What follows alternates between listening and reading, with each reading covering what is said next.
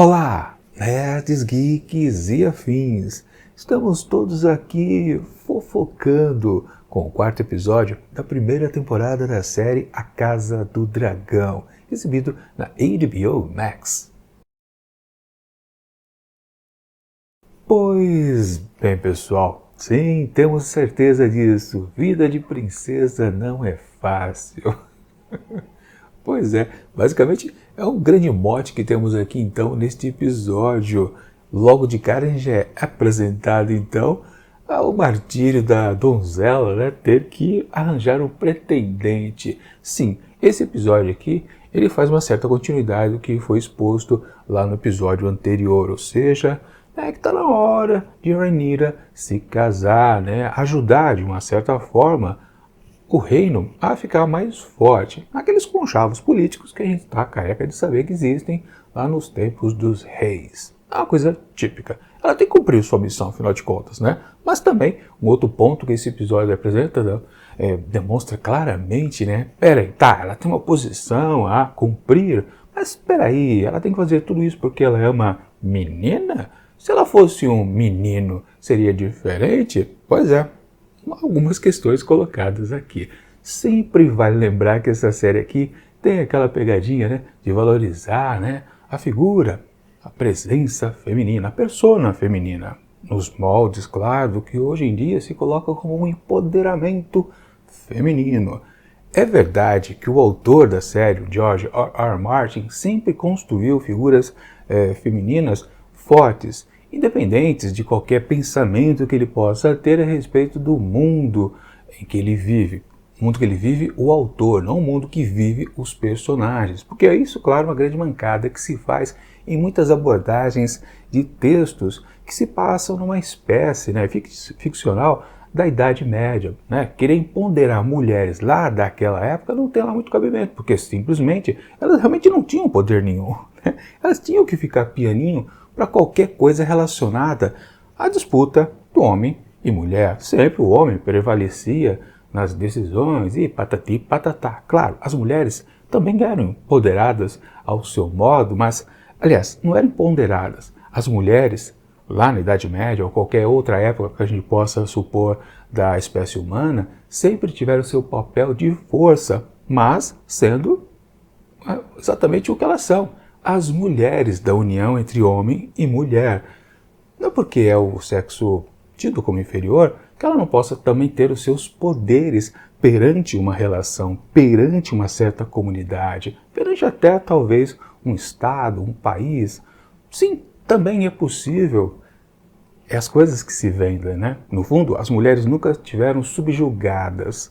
Questões sociais mas de fato elas sempre foram poderosas. E aí a gente pode considerar que sim, o autor, George R. Martin, ele sempre trouxe para nós, nas suas personagens, sim, todas elas possuem a força.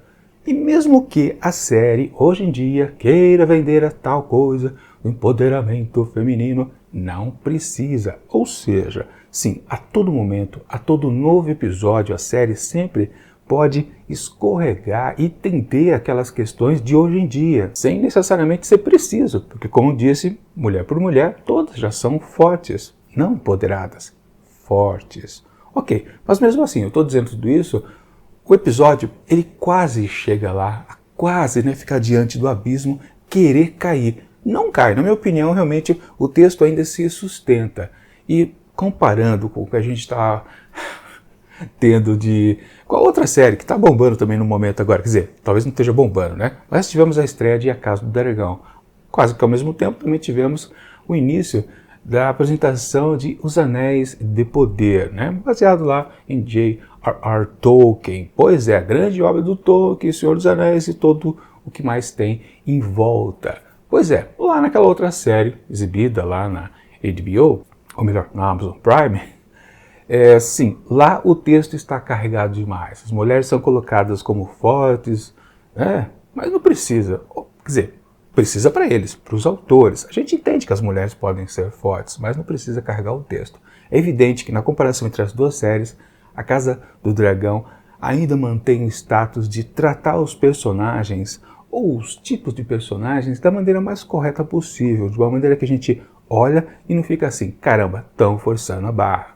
Então todo esse episódio aqui baseado justamente no que a força da mulher possa ter perante uma sociedade que ainda os homens ainda estão nas posições de controle, tá tudo funcionando por aqui. De novo, Rhaenyra precisa encontrar o seu consorte, né?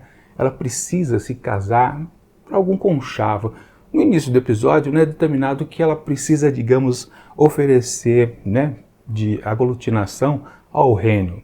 Aglutinação? É isso que se coloca? Ela está juntando, com o casamento, né? Ela vai trazer alguma coisa a mais ao reino.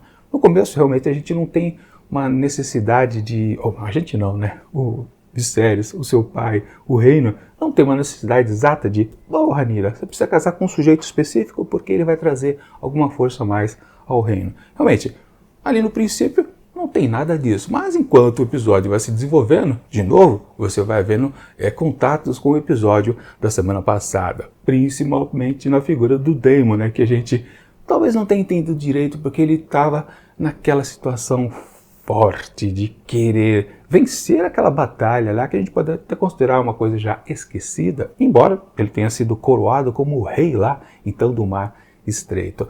E há uma questão importante que já se coloca aqui, que é exatamente o poder. Sim, os homens ficam lutando por poder o tempo todo. E ele então se apresenta aqui ao rei justamente para se rebaixar, para se ajoelhar e dizer que eu não queria, mas me colocaram como rei lá do Mar Estreito. Mas beleza, tô aqui a espada do outro, pode colocar ali junto das espadas do Trono de Ferro e também toma a minha coroa. Eu sou o seu servo ainda. Mas naquelas, a gente sabe, né? O Daemon, ele tem uma fome ali, né? Um desejo de poder enorme, mas é interessante notar que o tempo todo a gente não enxerga exatamente o que ele quer. Um outro momento aqui do episódio, o próprio irmão diz ao Daemon, né? Você não quer minha filha, você quer o trono, mas é o trono mesmo que ele quer, ou ele só quer realmente espizinhar o irmão o tempo todo? Acho que no fundo, a questão é essa. Poder por poder, talvez ele já tinha se valido de alguma violência para matar o irmão, matar a sobrinha, qualquer coisa parecida, tirar os concorrentes do caminho, mas literalmente ele não faz isso, ele fica meio que agindo na surdina, que é exatamente um dos grandes pontos aqui do episódio, é o que ele faz com Rhaenyra, que sim, estava lá na sua turnê, né, de alguns meses para encontrar o seu pretendente, mas ela fica de saco cheio e fala, eu não estou maquinando isso aqui não. Claro que o papai fica desgostoso, ela, você precisa cumprir a sua função social. Mas por que você desistiu? Claro, fica aquele gosto amargo ali, né? Mas aí digamos que a família está reunida, né? O irmãozinho, o rebelde, a ovelha negra da família voltou ao lar, né? Mas agora é a filha que está criando problemas ali para o ambiente doméstico ficar mais interessante. Mas vamos combinar que isso não é suficiente para manter um episódio da série, né? O que a gente já conhecia então da série mãe, A Guerra dos Tronos. Pois é, precisa de um caldinho mais interessante. É justamente então que Daemon oferece, fazendo com que sua sobrinha passeie pela noite, né? Vá conhecer o que é o mundo, porque ela ainda está naquela coisa, né, da visão da realeza, né? Justamente porque ela está numa posição de poder. De novo, né? Ela é uma mulher, está rebaixada perante os homens, mas ela é uma poderosa, mesmo que ela seja uma princesa, não seja uma rainha, futura herdeira do trono, é verdade, mas ela está numa posição de poder. E Titio a leva então para, digamos, o submundo, ou o substrato da sociedade, né? Que ia lá nas casas de prazeres, beber à vontade, ver uma peça que a ofende, inclusive, num teatrinho que a gente possa até pensar, será que foi o próprio Daemon que falou para os artistas ali, para a trupe teatral, fazer exatamente aquela peça diante de seus olhos, né? Dá uma cutucada nela, né? E é interessante como tudo aquilo vai se desenvolvendo até o ponto em que ele a seduz lá dentro de um bordel, mas na hora H, quando ela já está completamente submissa, que claro, a gente percebeu também em vários momentos, inclusive nesse episódio, né, quando ela está retornando da turnê romântica à procura de um consorte, ela passa ali por perto do dragão, ela vê, né, Titio passar ali com o seu dragãozinho, ela fica toda derretida. A gente já sabia isso também, claro, é óbvio, né? Ela tinha uma quedinha por ele. E ali quando ela se entrega completamente, ou começa a se entregar, ele diz, não, não. Que sacanagem, né? Foi uma bela só provocação que ele fez. Mas prevendo consequências. Esse que é o ponto interessante. De fato, né? Ele não precisa se valer de pegar sua espada e matar algum concorrente, né? Deixa que os próprios concorrentes se lasquem, cometendo algum deslize, digamos assim. Foi o que ele já tinha feito com o irmão antes na história, justamente de entrar lá naquela batalha junto com Corlys a respeito lá do engorda caranguejo. Ele fez tudo aquilo para minar um pouco da confiança do reino, né? Do que os outros reinos dizem a respeito ali então do Trono de Ferro. Por que ele não parte para aquela batalha? Por que é só Daemon que vai? Por que o reino não está lá junto, né? Aquela dúvida que ele criou foi o suficiente para desestabilizar um pouco Viserys. E agora ele faz a mesma coisa a respeito de Rhaenyra. Ele não precisa fazer nada de fato, ele deixa as coisas acontecerem e deixam justamente os dois atores, o irmão e a sobrinha, cometerem um deslize, ou pensando que estão fazendo certo, mas servindo exatamente aos seus desejos. O que foi muito bom mesmo, né? Quando ele diz não para ela e ela fica ali lambendo o beiço, o desejo ainda estava aflorado nela, né? Claro, ele talvez só se valesse mesmo exatamente do disse-me-disse, das fofoquinhas. Talvez ele não sabia, né, que podia ser tão melhor ainda, né, que a consequência de fato a gente não tem certeza. Vamos ver se ela tomou aquele chazinho do final do episódio, né? Mas de fato, né, o que vale é que, claro, ninguém desconfia que ela está apaixonada com os 4 pneus arriados pelo seu próprio guarda. Pessoal, né? Pois é, né? Lá o Cavaleiro Branco, né? Do manto branco, né? Mas enfim, tá na mesma, né? O que vale, né? Ela também estava afim dele, do mesmo jeito que estava afim do tio, não sei, talvez foi uma compensação. Ela também tinha uma quedinha. Na verdade, ela tá afim de todo mundo, né? E a série também fez questão de dizer isso, que ela tá afim até da amiga, né? Ou ex-amiga, né? Atual rainha. Já se vendia isso lá no primeiro episódio, né? Foi um pouquinho esquecido. Aliás, nesse episódio marcou a realiança delas, né? Há anos que elas não estão se falando, desde que houve uma certa traição também de Alicente para com Rhaenyra. Agora parece que elas ficaram amiguinhas, né? Mas também já estão se distanciando aqui justamente pelo que acontece ao final do episódio. Mas o que importa, né? A Alicente, ela foi atrás de Rhaenyra para ver, caramba, até onde você está indo, até onde você está metendo os pés pelas mãos. Mesmo ela tendo feito uma coisa que talvez não agradasse muito ela, que era também algo que a gente ficava na dúvida. Peraí, ela realmente gosta do Viserys ou ela foi fazer tudo aquilo que ela fez de seduzir o rei viúvo só amando do pai? No primeiro momento a gente podia considerar que sim, ela até gosta dele, mas foi só nesse episódio, justamente quando ela é chamada no meio da noite, né, para uma visitinha ao quarto do marido, ou seja, se prepare que eu vou lhe usar. E a gente percebe que realmente ela não curte essa parte. Talvez o poder ela goste. Claro, de vez em quando a gente percebia através das mãozinhas, né, a atriz passando pra gente que ela está insegura em vários momentos específicos. A gente nunca tinha certeza que era exatamente aquela coisa de ser a mulher do rei. Esse ponto específico a gente percebeu só nesse episódio que ela não curte. Talvez ser apenas, né, uma fabricante de herdeiros. Aliás, falando nisso, né, teve um plano muito bacana que eu gostei bastante quando a gente ouve uma criança chorar e a câmera adentra aos aposentos lá de Alicente, né? A gente, né, não vê que ela está acalentando uma criança no colo, mas vê, né, olhando pela janela e lá ao fundo está lá o fosso do dragão. E é curioso que a cena meio que traduz, depois ela se vira e a gente vê que ela está com a criança no colo, né? E ainda chorando, que ela não para de chorar, a criança. É legal que a criança é aquela que estava na barriga dela no episódio passado, né? Não é o Aegon, né? Que a gente também, eu não sei ainda qual é o sexo ali daquela criança, mas um garoto hoje é uma menina também, né? Mas é curioso, né, que aquela cena vende, né? Caramba, a minha amiga tem um dragão e eu tenho um bebê chorando aqui nos meus braços. De novo, tá vendendo ali poder. Bem bacana a cena, né? Bacana mesmo. Enfim, então o que temos é que ela foi atrás de Rhaenyra, a colocou na parede, como assim? Que merda que você fez? Você manchou a sua imagem, aquele esquema super famoso que todo mundo conhece, né? Não basta a esposa do César ser honesta, ela tem que parecer honesta. E exatamente o que a Rhaenyra fez, ela não pareceu honesta. Ou seja, ela fez o deslize que exatamente talvez o Daemon queria dela. Realmente, ela meteu o pé pelas mãos. E se lascou, ou mais ou menos, porque ela conseguiu dar uma boa volta por cima, né? Bom, ela vai ser obrigada então a se casar, agora sim, num conchavo muito interessante de unir lá a força de Corlys e de toda a sua marinha, né? Que ele é o serpente marinho, né? É isso? É o título dele, né? O nome? Enfim, o que vale? Ele tem muitos navios, ele é poderoso, né? Claro, os Targaryens têm os dragões, mas talvez não seja o suficiente o tempo todo, né? Ter apenas dragão. Você precisa ter uma bela de uma frota, né? Forrado de guerreiros dentro.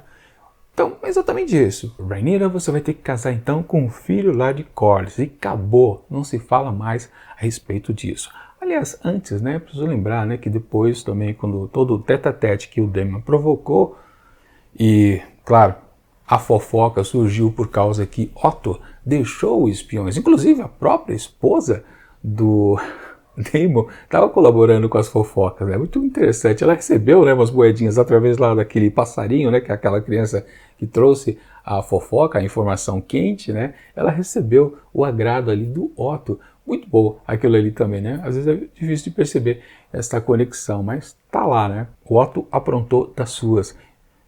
Na verdade, ele estava vigiando quem? Ele estava vigiando a Rhaenyra ou o Daemon? Não, ele estava, na verdade, estava vigiando o Daemon, não era a Rhaenyra que ele estava, né? Talvez ele tenha sido mal interpretado por todo mundo, mas de qualquer forma, ele ficou pensando duas vezes se ele contava ou não o que ele sabia. Resolveu contar e acabou se lascando, porque foi justamente, né? Aí também numa demonstração de força da Rhaenyra, né? Ela topa então o casamento forçado com alguém que ela não curte, mesmo porque ela vai fazer o que ela quiser, né? Muitos venderam para ela a questão de, depois que você está ali na posição de poder, você pode fazer o que você quiser, inclusive ter outras pessoas para colocar na cama, literalmente. Então ela pode continuar lá com o seu grande cavaleiro branco, né, de manto branco, numa boa, e tá casada lá com um cidadão só por questões políticas. Beleza, só que ela cobrou o pai, né? Não, vamos fazer o seguinte, eu topo, numa boa, casar com ele, mas você tem que tirar a cobra aqui de perto. A cobra exatamente é o Otto, a mão do rei, que de novo, talvez ele tenha sido obrigado ao mesmo tempo pelos seus interesses pessoais de fazer com que, de fato, seu sangue sente no trono de ferro através do seu neto, como também na obrigação que ele tem de ser a mão do rei. Ele também é fiel à sua posição. E é um tipo de personagem muito interessante que o George R. Martin sempre coloca, que é aquela coisa dúbia, né? Você não pode dizer que o cara é mau e também bom ao mesmo tempo, né? O tempo todo ele próprio está em conflito, o que gera situações ótimas, tipo essa que aconteceu aqui, né? Ele tentou cumprir os seus dois lados, seus dois pensamentos, né? Vingar o seu sangue e vingar a sua função ali dentro do reino. Se lascou pelos dois motivos. Ele foi destituído, então, de ser a mão do rei. Agora gera a curiosidade, né? Quem será o próximo a ocupar esse cargo importante? Acho que não deve ser ninguém conhecido, deve pintar um novo personagem, com certeza. Mas a questão é que, então, Rhaenyra marcou uma grande presença ali e mexeu num caldo também que não deveria, porque com certeza já estamos nos aproximando agora no próximo episódio da metade da temporada. E eu acho que é mais esse movimento dela do que tudo que o Daemon fez até agora que vai começar a entornar todos os caldos. Ou seja, as situações mais perigosas, onde muita gente vai morrer, começa agora por causa da atitude dela. Que sim, ela está se fingindo de inocente. De fato, ela não é mais uma donzela. Ela mentiu para a amiga. Bom, a amiga só perguntou se ela tinha dormido com o tio. De fato, isso não aconteceu. Mas ela omitiu, né? Que ela já estava desejosa disso, né? Que ele que parou. Ela não contou todas as verdades possíveis ali naquela situação. E omitiu, claro, a verdade absoluta é que ela não é mais uma mocinha. Não, não é, né? Porque ela ficou lá com o seu querido guarda de estimação. Pois é, ela quis tirar a cobra do caminho? O que ela é? Uma víbora? Simplesmente está nascendo, então, um grande personagem aí, talvez muito mais perigoso do que o Daemon possa ter sonhado ser. Enfim, é um episódio muito bom que constrói muitas situações tensas que vão acontecer a partir de agora. E, de novo, repito, ela, nesse movimento dela, foi o que começou a construir todas as reviravoltas possíveis dessa primeira temporada, com certeza. O Daemon, perto do que ela fez agora, é fichinha. Enfim, um episódio muito interessante, cheio de tensão o tempo todo, só, claro, para reclamar um pouquinho, né? Aquela facilidade dela ir lá para a rua, uma coisa um pouco forçada, vamos combinar, né? Mas de resto, acho que está tudo muito bem construído. E o Daemon, mesmo parecendo que ele não está fazendo nada, ele sempre está fazendo alguma coisa. Ele sempre planeja por trás, né? A gente pode considerar até que ele é o tipo do vilão que tenta ser vilanesco e não consegue, né? Ele só acaba fazendo uma sucessão de erros, um atrás do outro. Ele tenta ganhar o que ele quer, mas não consegue, né? Por pequenos deslizes, né? Mas tudo bem. É um personagem também interessante de acompanhar.